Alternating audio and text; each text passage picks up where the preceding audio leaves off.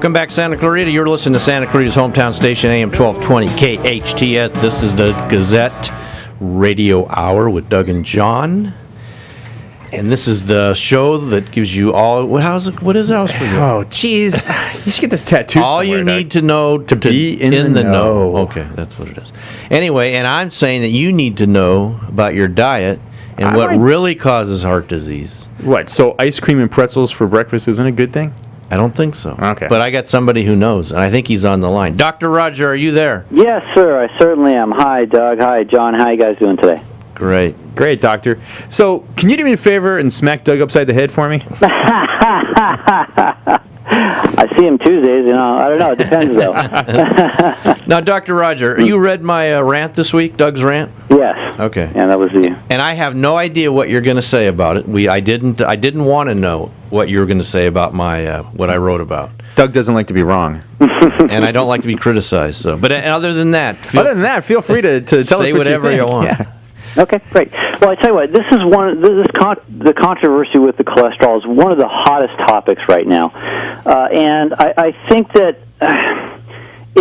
when you look at it, and I'll tell you what. First of all, I'm going to refer to this as the heart health hypothesis, a heart cholesterol health hypothesis. Okay. And it has to do with studies that date back to 1953, where some of the researchers looked at fat content in diet in certain societies, and they sort of noticed a trend that it seemed that the higher the fat content, the greater the risk of heart disease and heart attack among a study of 22 countries, but.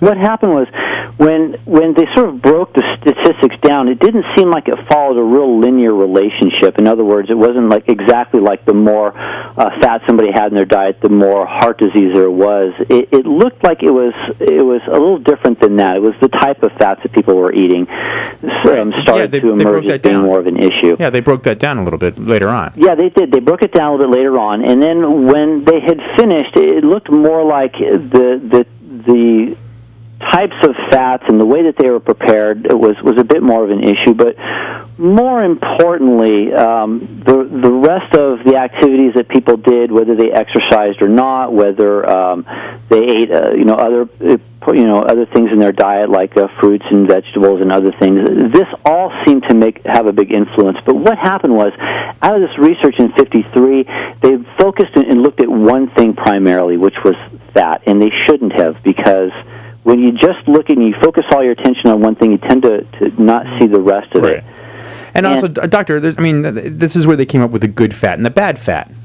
Well, they didn't recognize it back then, but yeah, you could see the correlation between good fats, bad fats, processed food, non-processed food, diet, exercise. All these things sort of started to emerge around this time. And yeah, there are good fats and bad fats. Now, you're familiar with the good fats versus bad fats? Oh yeah, okay. I have probably too many good fats. And then I have some really, really good fats, but we won't talk about it. So, Dr. Roger, does it matter if you have high cholesterol or not? Well, it depends on which country you live in, Doug. How about this country? How about in Santa Clarita? Oh, in Santa Clarita, if you were to go to your medical doctor and you had high cholesterol, they'll tell you that's a bad thing. I know, he already did. Been there, done that. Right. However, again, this is just one small piece of the puzzle. There are other factors to consider as well, including things like inflammation. There's testing they do for something called C-reactive protein. Even that's kind of controversial because somebody who exercises a lot may have elevated inflammatory factors. It doesn't mean that they're not healthy. It just means that they exercise more than another person because that there may be some more inflammation. Oh, is that so that test basically measures inflammation? Yes, it measures inflammation, the C-reactive protein test. And if it's high, if that one's high, and you have high cholesterol, and you have there's another one called homocysteine, which is an amino acid that's produced with a breakdown of certain meats, incomplete metabolism, if you will. These factors all sort of come together, too. Well, so, Doctor, excuse me, John. Go ahead, Doug.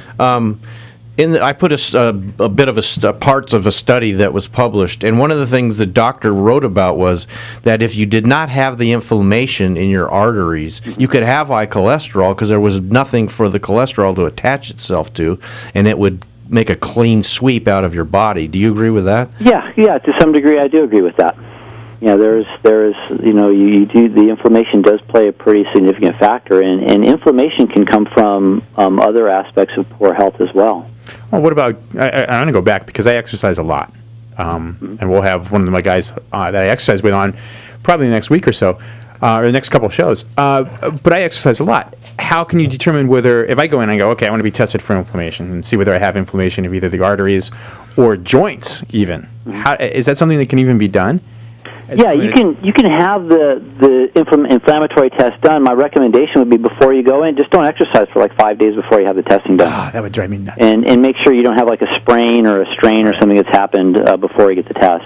Okay. All right, so doctor, we're up against the clock here, and I really appreciate your time. But what you're saying is, or what you're telling John is, Doug's not all wet, right? That's right. I'm going to have to side with Doug. All right, I'm going to In-N-Out and getting a double with cheese, protein style. So am I. I'm getting In and Out, but no protein style. No baby. mayonnaise. No mayonnaise. Don't like no mayonnaise. buns. Anyway. Protein style. Yeah. There you go. Protein style is a better way to go. Hey, doctor, we really appreciate you coming on. Anytime. All right, Thanks for your Dr. time. Roger. You're welcome. Bye-bye. All right, well, you're listening to Doug is Right on AM 1220 KHTS, your hometown station. We'll be right back and see whether we can get a bigger studio for his ego.